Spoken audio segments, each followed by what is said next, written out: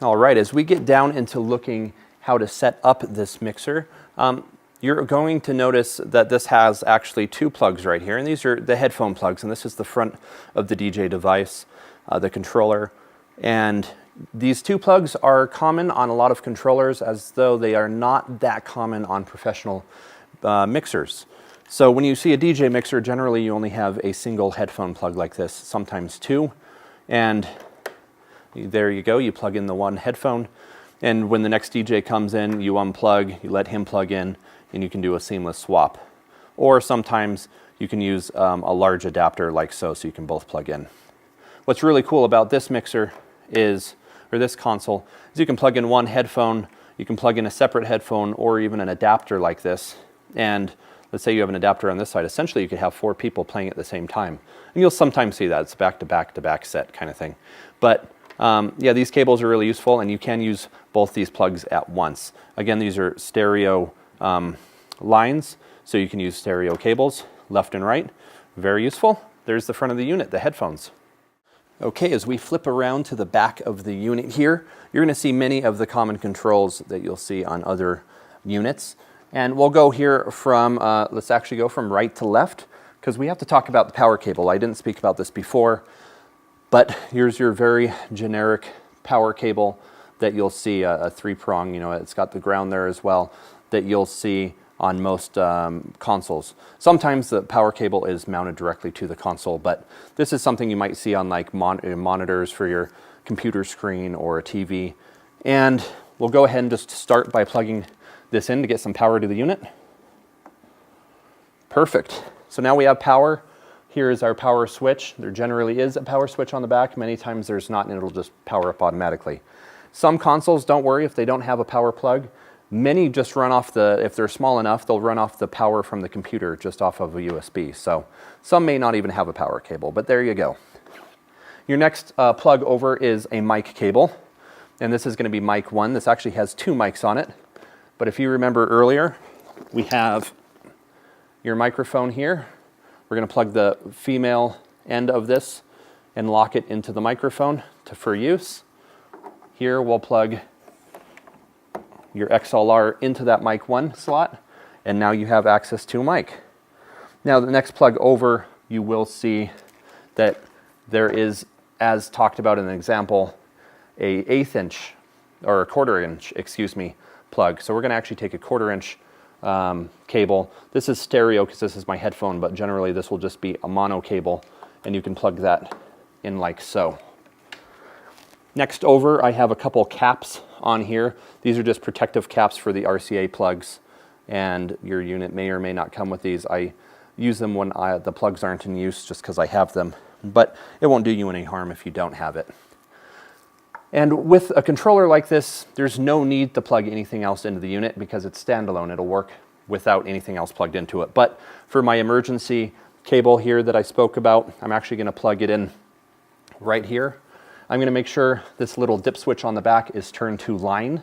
If you flip to the right, that's phono. Phono means it's turntables. It essentially needs the use of this ground right here. And you can just do that. But for anything like iPods or CDJs, you'll flip this line switch, use your red and white, make sure you attach it red and white, right, left. And now if someone comes up in the middle of the night, they have an issue, or they want me to play a certain song, then I can just tap in like so. The next line over is for use with your computer.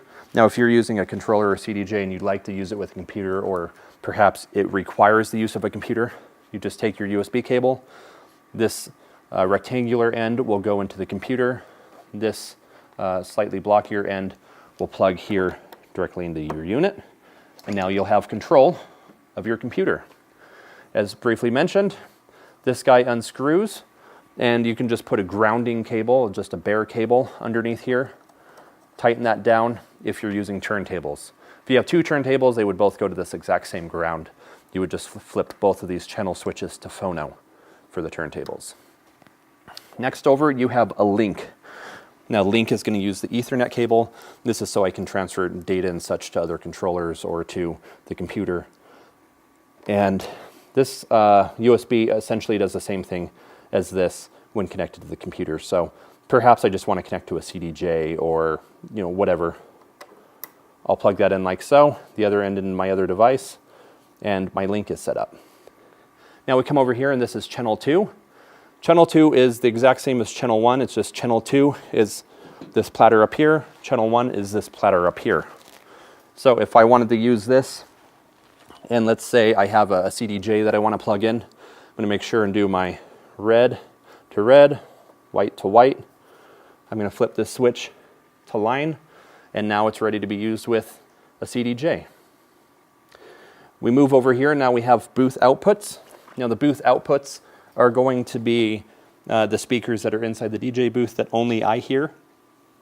And as mentioned before, red is right, blue can be left, so I'm going to plug blue into left, red into the right, and these will go to the speakers here in the booth.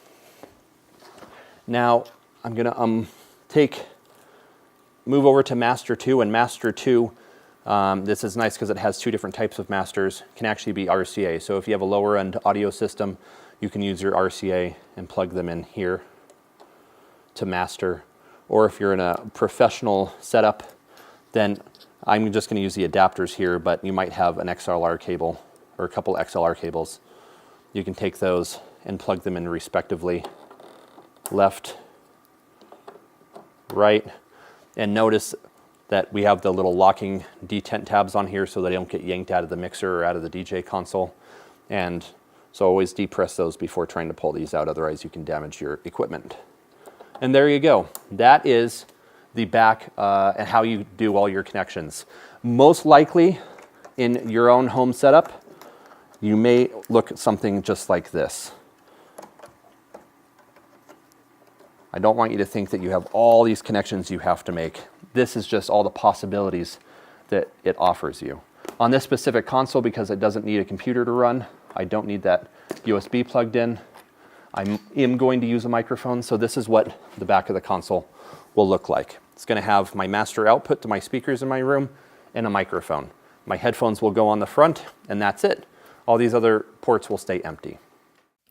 Okay, here on the back of the unit in the mic section, I wanted to show you really fast that you can take a XLR, much like this one, the 3-prong cable we spoke about earlier, and you could actually use this exact same port. For instance, on this unit, the mic 1, you could take a cable that belongs in mic 2, the 1/4-inch cable, and plug it into your mic 1 slot. Simply, all you have to do is grab a 1/4-inch cable like this. You'll plug it into the center of that mic 1 port. Ignoring the other 3 prongs, it looks just like this and works perfectly fine. Creates a great seal. Here's a second time. I'm going to plug it in. Boom. And it works great. So there you go. XLR ports, the female ends are multi-purpose. Okay, yes, I'm going to start by powering on the device here.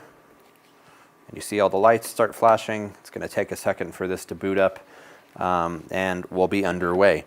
Something else I'd like to do is plug in my USBs. You'll notice I have my music USB plugged in here to USB 1. On this device, which is the XDJ RX, I'm actually going to plug a secondary USB over here, and that's going to record my audio from the mixer. So let's get into